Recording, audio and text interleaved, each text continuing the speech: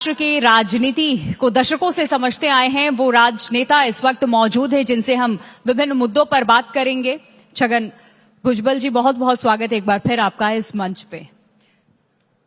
चूंकि आप food and civil supplies consumer protection से जुड़े हुए हैं, तो सबसे पहले चर्चा की शुरुआत में मैं आपसे जानना चाहूंगी महाराष्ट्र का स्वास्थ्य इस वक्त कैसा है, और one nation one ration card की भी हम बात करते हैं।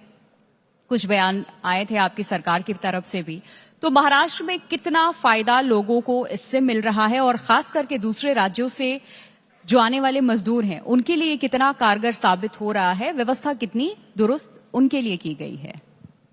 देखिए, महाराष्ट्र में भी ये तो दूसरे राज्यों से तो लोग आते हैं काम करने के लिए, तो बात सही है जी, मगर एक जिले से दूसरे जिले में भी जाते, जैसे कि ये गन्ना शुगर के काम के लिए जो है एक जिले से दूसरे जिले में लोग जाते हैं, 2-2, 3-3 महीना वहां काम रहता है।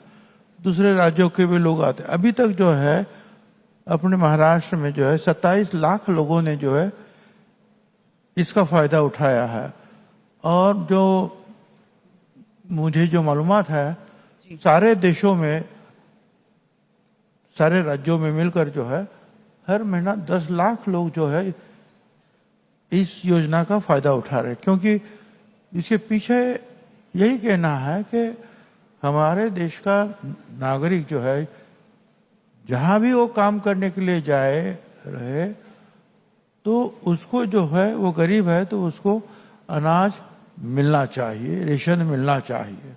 ये नहीं कि बस वो अगर बिहार से आया तो यूपी से आया तो अभी यहाँ नहीं मिलेगा, ये नहीं होगा, उनको भी जो है दिया जाएगा। तो मेरे ख्याल से जो ये बहुत अच्छी जो है योजना है, ताकि हर गरीब आदमी को जो है इसका फायदा मिलता है। आज हम सब यहाँ इकट्ठा हुआ है, बात हम एआई की भी कर रहे हैं, आर्टिफिशियल इंटेलिजेंस। डिजिटली सारी चीजें शिफ्ट हो रही हैं, और डिजिटली जब हम शिफ्ट हो रहे हैं तो पारदर्शिता बहुत ज्यादा चीजों में हमें देखने को मिल रही है। कालाबाजारी रोकने में कहीं हद तक हम सक्षम हुए हैं। तो महाराष्ट्र की राशन व्यवस्था को डिजिटल बनाने से क्या ये ब्लैक मार्केटिंग, कालाबाजारी या जो बिचौलिए होते थे, जो चीजें घूम फिर के लोगों तक 1 रुपए के बजाय 25 पैसे या 10 पैसे पहुंच पाती थी, उसमें सहायता मिली है? चाहे बायोमेट्रिक सिस्टम से सही व्यक्ति तक राशन पहुंच रहा है? क्या कुछ आप लोगों ने सुधार किए हैं, चेंजेस अभी तक हुए हैं? ये सही बात है कि महाराष्ट्र में जो है ये रेशन देने वाले जो दुकान हैं गरीबों को, वो है 54,000 और ये तो बिल्कुल साफ है कि हर दुकान के ऊपर कुछ ना कुछ कभी इधर कभी उधर गड़बड़ होती है। तो भारत सरकार और सारे राज्यों ने जो है, हम लोगों ने जो है ई-पॉस मशीन लगाया है। वो आधार कार्ड से मिलता है, सारी उसकी मालूमात वहां रहती है। तो बस वहां जाए, ई-पॉस मशीन पर वो अंगूठा लगाए, और उसका जो है जितने लोग हैं उनका जितना रेशन उनके लिए वो हकदार है उतना रेशन उनको मिलता है। कई बार तो ये होता है कि बहुत गरीब लोगों के जो है ये अंगूठे वगैरह जो है काम नहीं करते, ये बहुत बूढ़े हो गए हैं, तो अंगूठे की जो है निशान नहीं आते, तो उसके लिए भी जो है अलग से व्यवस्था की गई है। अब पहले जब ये नहीं था ई-पॉस मशीन, तो जितना भी कोटा हमको मिलता था रेशन का 100% खत्म होता था। अभी जो है वो 92-93% जो है खत्म होता है, 7-8% जो है वो बचता है। और जो बचता है तो हम जिनके पास रेशन कार्ड या उनको नहीं मिल रहा है रेशन, ऐसे लोगों को ढूंढकर हमारे फिर एमएलए है या सामाजिक कार्यकर्ता है, वो ऐसे नाम जो हमको देते हैं उनमें हम जो है उसको बांट देते हैं। तो ये अच्छा हुआ कि, और ये सारी जो बातें जो है रोजाना महाराष्ट्र और डायरेक्ट दिल्ली उसके वहां तक जो है सारी बातें जाते हैं कि कितना राशन जो है आपने दे दिया है ऐसा लोगों क्या को, किया कितना आप लोगों ने? बचा है। कौन सी टेक्नोलॉजी का इस्तेमाल कर रहे हैं जिससे इस पे रोक लगा है, या फिर ये पता चल रहा है? ऐसा क्या किया? बाकी राज्यों को भी सीखने की जरूरत है फिर तो महाराष्ट्र से, अगर ऐसी व्यवस्था यहाँ पर है।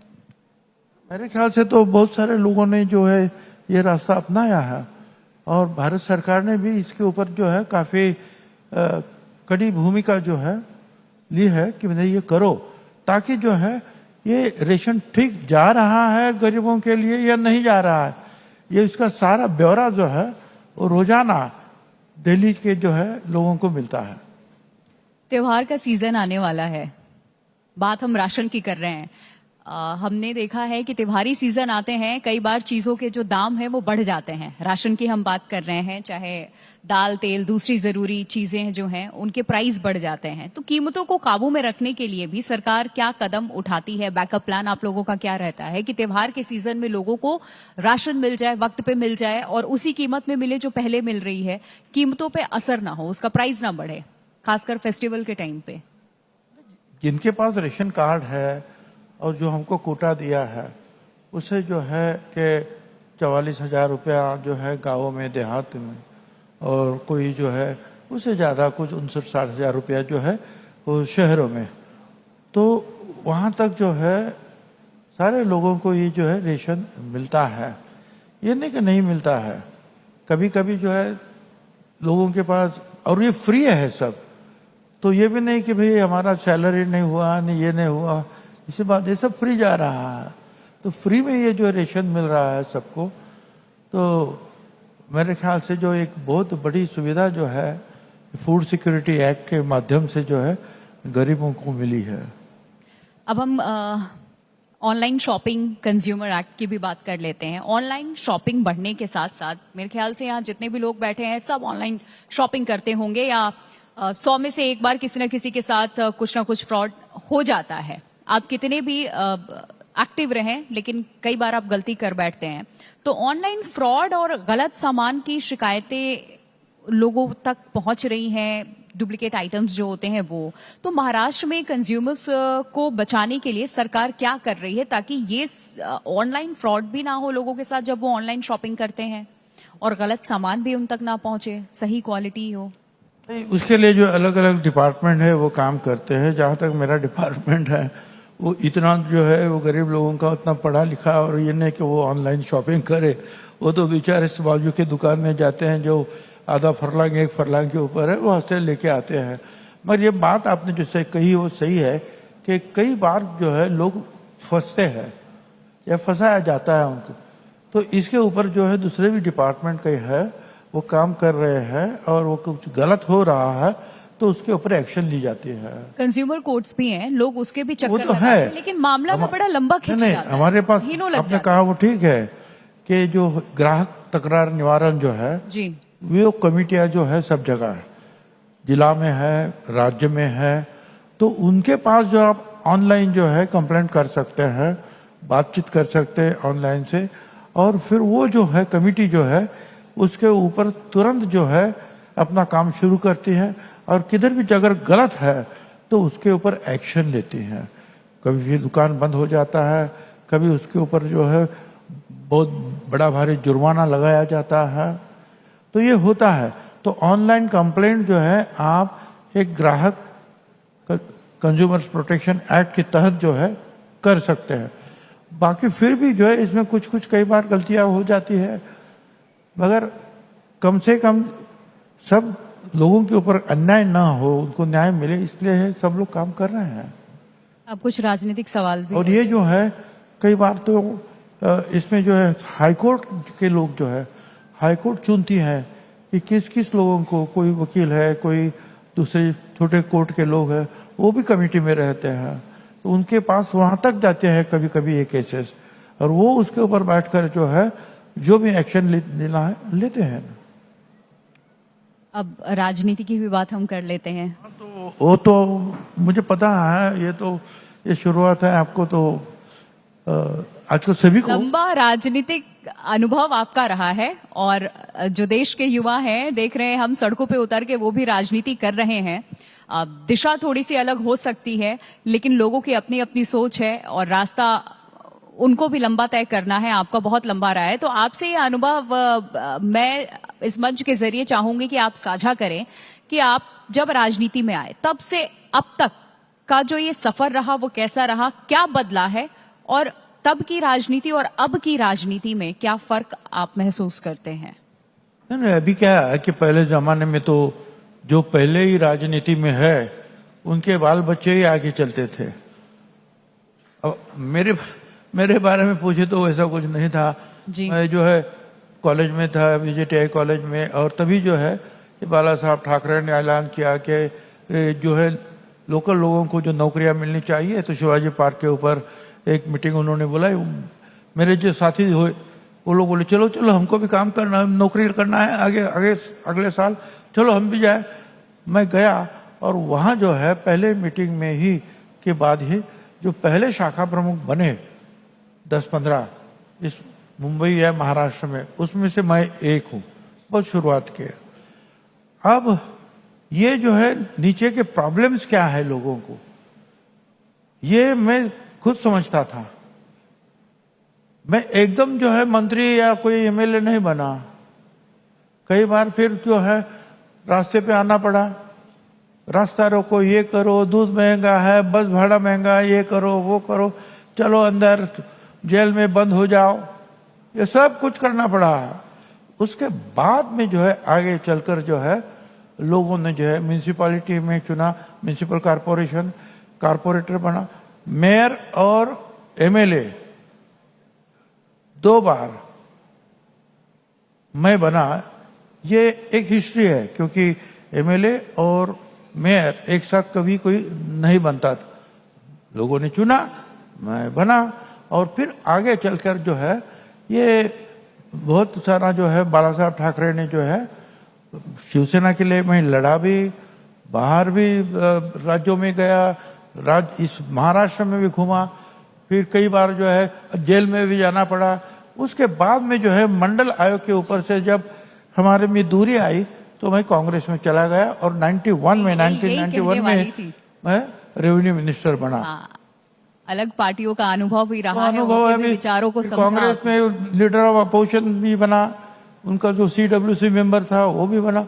बस जब शरद पवार साहब को इनको जो है कांग्रेस से निकाला तो मैं पवार साहब के साथ आया और ये राष्ट्रवादी कांग्रेस पार्टी जो बनी उसका पहला महाराष्ट्र का अध्यक्ष मैं बना, क्योंकि उसके पहले जो है बहुत सारा काम मैंने किया आपने था। बयान भी दिया था तो बड़ा विभाग उस वक्त। कांग्रेस का भी अनुभव है, शिवसेना का भी अनुभव है और ये राष्ट्रवादी का भी अनुभव है, तो चला है, ठीक है। हर पार्टी का इन्होंने साथ दिया है, हर पार्टी का आपको जो है विचारधारा को समझा है, आगे बढ़ाया है। आपको एक बात समझ में आनी चाहिए कि पहले हमको अगर जाना है राजनीति में आगे तो हमारे सारे समाज, हमारे लोग, हमारा राज्य, उसको समझना बहुत जरूरी है। आपको तो जानते हैं कि हर 100 किलोमीटर के ऊपर भाषा बदलती है, खान पान बदलता है, सब कुछ बदलता है, उनकी जो है जरूरतें बदलती है। अब ये सारा जब तक आप देखेंगे नहीं, उसका स्टडी नहीं करेंगे, अभ्यास नहीं होगा, तब तक अचानक जो है आप मंत्री बने, ये बने, होता है कोई किसी का नसीब ऐसा भी होता है, मगर हमारे नसीब में तो बस बहुत सारा कष्ट करना, झगड़ा करना, अप डाउन चलता रहा। आपको ये आपने कभी खेल खेला है वो ये सांप और सीढ़ी? जी वो कहते हैं फिर सीढ़ी मिलते हैं, ऊपर जाते हैं और ऊपर जाते हैं, और फिर ऐसा कुछ होता है कि सांप के मुंह में जाता है फिर से नीचे आता है। जी तो कई बार जो है ऊपर भी गए और नीचे भी आए, फिर भी डटे रहे, काम करते रहे, और लोगों ने जो है बार बार जो है हमारे ऊपर जो प्यार किया उससे जो है गाड़ी चलती है अभी। कहते हैं विचारधारा बहुत जरूरी होती है, चाहे राजनीति की हम बात करें या किसी भी फील्ड की हम बात करें, तो फूले और शाहू महाराज की विचारों को लागू करना आज के वक्त में इस नए दौर की राजनीति में कितना जरूरी है? देखिए, जब आप फुले शाहू महाराज या बाबा साहब अम्बेडकर, ये तीनों का नाम जो है एक साथ हम लोग लेते हैं, और हम, मेरे लिए तो भगवान, हमारे लिए भगवान वही है, जो भी कुछ है वही है। अब देखिए ना, आप यहाँ बैठी हो। पहले जमाने में तो लड़कियों को शिक्षा मिलना, एजुकेशन हो ही नहीं सकता था। नीचे वर्गों के लिए नहीं, ऊपर वर्गों के जो उच्च जाति के हैं उनकी भी लड़कियां जो है, बहनें हैं, उनको भी सीखना मना था। और बाकी के जो है कुछ बड़े जाति के लोग थे, हम समझते हैं ब्राह्मण जाति के लोग, उनके भी जो है लड़कियां नहीं सीख पाती थी, बाकी के लोग तो बिल्कुल नहीं। तो उसके खिलाफ आवाज उठाया और अंग्रेजों के पास भी ये अपनी मांगे रखी महात्मा ज्योतिराव फुले ने। और सावित्रीबाई फुले ने पहला जो है लड़कियों का स्कूल जो है वो पुणे में शुरू कर दिया। बहुत कष्ट हुए, पत्थर मारे लोगों ने, तुम क्या करिए, ये पाप है, ये बड़ा बेकार काम है, गोबर मारा, सब कुछ। उसके बाद में वो डटे रहे। जो हमारा जो दूसरा जो है पिछड़ा, सबसे पिछड़ा जो है जिसको हम शेड्यूल कास्ट कहते थे जी, थूक नहीं पाते थे रास्ते पर, इसलिए जो है मटका गले में लटकाओ और पीछे जो है ऐसा झाड़ू लगाओ ताकि वो जावे रास्ते से तो रास्ता साफ हो जाए। और उसकी छाव अगर किसी दूसरे आदमी के ऊपर पड़ी तो वो जाकर जो उसको नहाना चाहिए। तो ऐसे हालत से पानी भी नहीं मिलता था, तो महात्मा ज्योतिराव फुले ने अपने खुद के जो है घर पे जो है जो वेल थी वहां लाकर पानी दिया, खान पान किया, सिखाया और कहा कि सबको शिक्षा मिलनी चाहिए, सब इंसान सब एक है। और उन्होंने कहा ना कि जाति धर्म ये तो लोगों ने बाद में निर्माण किया है, पहले तो एक ही जाति है, एक ही है, वो है इंसानियत और इंसान और इंसानियत। तो वही जो है जो पिछड़े हैं उनको आगे लाने की कोशिश की उन्होंने। तो शाहू महाराज ने तो पहली बार उनके एक बर्थडे था तो उन्होंने 50% जो आरक्षण दिया जो पिछड़ों के लिए। अब ये सारी बातें जो है जब चांस मिला ये तुम्हारा संविधान लिखने का, तो बाबा साहब आम्बेडकर ने लिख दिया कि सब समान है, स्त्री को भी एक वोट, पुरुष भी एक वोट, सबसे बड़ा होगा टाटा बिरला एक ही वोट देगा और जो झुग्गी झोपड़ी में रहेंगे वो भी एक वोट दे। तो सारे लोगों का हक सरीका है, शिक्षा का हक है, बोलने का हक है, लिखने का हक है, अपना मत प्रदर्शन करने का हक सबको है, और यही है डेमोक्रेसी। बिल्कुल। और आज भी हमारे सामने ये एग्जाम्पल है, जो देश जाति धर्म में बटा हुआ है, जो इसी की लड़ाई अभी लड़ रहा है, वो कहां पर है, वो एग्जाम्पल आप सभी के सामने है। और इनसे ऊपर उठ करके जहां सिर्फ विकास के बारे में सोचा गया, सिर्फ इंसानियत रही, डेमोक्रेसी जहां लागू है और उसको लोगों ने अपनाया है, वो देश कहां है, वो हमारे सामने ही है। एक आखिरी सवाल, क्योंकि आपने जब ये जिक्र किया है तो मैं पूछना चाहूंगी आपसे। केंद्र सरकार ने आगामी जनगणना में जातिवार आंकड़े जुटाने का फैसला लिया है, केंद्र सरकार की तरफ से कदम उठाया गया। इस फैसले से देश की सामाजिक और साथ ही आर्थिक स्थिति को समझने में कितनी मदद मिलेगी? ये जो फैसला लिया है सरकार ने, आप इसे किस नजरिए से देखते हैं? अच्छा है, बुरा है, इसका कुछ आउटकम निकलेगा या नहीं? मैं समझा नहीं, सॉरी।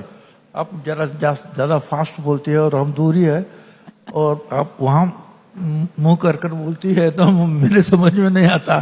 कैसे वैसे आपको समझने की कोशिश कर रहा हूँ भाई, बताइए। चलिए, अगर आप समझ नहीं पा रहे, मैं एक बार फिर अपने सवाल दोहराती हूँ। केंद्र सरकार ने आगे सरकार, हाँ, मैं चाहूंगी कि ये सवाल मैं आपको सीधा दे दूं, आप एक बार सवाल पे नजर डाल लें। केंद्र शासन ने सवाल आगामी में आपके लिए जनगणना लेकर आई थी कि ये जाति सवाल मुझे जनगणना आपसे का पूछना ही है। आंकड़े जुड़ाने का फैसला किया है। इस फैसले को देखी कैसे सामाजिक आर्थिक स्थिति को समझने की सही बात है ना। ये जो बात है, क्योंकि इस पे आप वक्त पे बयान देते रहे हैं, आपके राजनीतिक जी जी चर्चा जी, पे रहे, तो मैंने चाहा देखो, एक बार यहाँ से भी मैंने जो है ये पिछड़ों की काम करने के लिए 1991 में जो है महात्मा फुले समता परिषद की स्थापना की। और उसके बाद में जो है दिल्ली में रामलीला मैदान हो, पटना हो, बिहार में या जयपुर में, अलग अलग सारे राज्यों में जो है बड़ी बड़ी रैली हुई। पिछड़ों के लिए कि जो पिछड़े हैं उनको हक मिलने चाहिए। मगर जब भी हम कुछ हक देने की बात रही, अगर मैं उसको उदाहरण दूं तो सुमित्रा ताई महाजन ये लोकसभा की अध्यक्ष बनी, उसके पहले जो है उसके नेतृत्व में 16 एमपीज की एक गठन हुआ, कमेटी हुई, और उन्होंने देखा कि ये ओबीसी जो है अदर बैकवर्ड क्लास, उनकी हालत क्या है। तो उन्होंने स्टडी किया, कहा कि हालत बहुत बदतर है, मगर इसका डाटा हमारे पास नहीं है। तो उन्होंने जो सेंसस कमिश्नर को लिखा कि ये डाटा जो आगे वाले सेंसस में आप जमा कीजिए। नहीं हुआ। फिर मनमोहन सिंह जो हमारे प्राइम मिनिस्टर बने, उसकी कमेटी में शरद पवार चिदम्बरम थे, वही हाल हुआ कि देना तो चाहिए, बहुत हालत बहुत बुरी है, पर डाटा नहीं है, डाटा हमको दे दीजिए। अब ये डाटा के लिए हम क्यों झगड़ते हैं? इसके लिए सिर्फ पॉलिटिकल कारण नहीं है। हम चाहते हैं कि, और बाबा साहब अम्बेडकर ने ये 340 कलम में जो है लिखा है, 341 और 42 जो है वो शेड्यूल ट्राइब के लिए 340 कि ये बहुत बड़ा तबका है और ये बहुत गरीब है, उसकी जो हेल्थ के बारे में, शिक्षा के बारे में, घरों के बारे में बहुत पिछड़े हैं। उसके लिए कमीशन बनाया जाए, डाटा जमा कर दिया जाए और उसको फिर मदद की जाए। तो हम चाहते हैं कि ये डाटा अगर कुछ भी अगर कोई गवर्नमेंट देती है तो ताबड़तोड़ कोई भी तो कोर्ट में जाता है, फिर कोर्ट के पूछते तुम्हारा कितनी संख्या है आपकी। अब 1931 में जो है अंग्रेजों ने जो है वो डाटा जमा कर दिया था, वो था 54%। उसके बाद में कारण कुछ भी है मगर वो हुआ नहीं। तो फिर से हम 2011 में सुप्रीम कोर्ट में भी गए। फिर जो है समीर भुजबल करके वो हमारे जो भांजा है वो एमपी थे, तो मुंडे साहब भी उसके पास, उनके साथ बाकी सारे लोग, और 100 एमपी ने कहा कि हमको डाटा चाहिए, इसका जमा करो 2011वीं के ये जो सेंसस में। मगर वो नहीं हुआ क्योंकि सेंसस कमीशन ने नहीं किया, वो अपने अपने जो स्टेट पे छोड़ दिया उन्होंने। तो गलत जो सही बात सामने नहीं आई। तो हमने पहली बार जो है, मैं आभार मानता हूँ मोदी साहब का और इस मंत्रिमंडल का, भारत सरकार के, उन्होंने जाति गणना करने की जो है बात जो है तय की है। राहुल गांधी जी ने भी उसकी मांग की थी, सभी मांग कर रहे, ताकि हम कितने हैं और उनकी हालत क्या है, ये सारी बातें अगर आएगी सामने तो लोग शिक्षा में, घरों में, हेल्थ के लिए जो मदद चाहिए पिछड़ों को, आज भी भुजबल एक दिखता है, करोड़ों लोग दूसरे ऐसे हैं भुजबल की जाति के, उनको जो है शायद 2 दिन का खाना नहीं मिलता, या मुंडे एक है, ठीक है, वो कैसे भी आगे हम लोग लड़ते आए। मगर ऐसी बात जो है सारे देहातों में, सारे देश में नहीं है, और इसलिए इसकी आवश्यकता है। हमको कोई आवश्यकता नहीं, हम नहीं ले रहे हैं, हमने कभी भी आरक्षण नहीं लिया है, मगर दूसरे गरीब लोगों के लिए ये करना चाहिए। और जब तक आरक्षण, जब तक शिक्षा नहीं मिलेगी, जब तक नौकरी नहीं मिलेगी, वो तबका आगे कैसे जाएगा। तो इसलिए ये जो है जो हो रहा है, इसलिए हम उनको धन्यवाद देना चाहते हैं भारत सरकार को। बहुत बहुत शुक्रिया आपका, आप हमारे साथ जुड़े और इस मंच के माध्यम से आपने अपने विचार साझा किए हैं। Thank you so much sir. धन्यवाद, थैंक यू वेरी मच।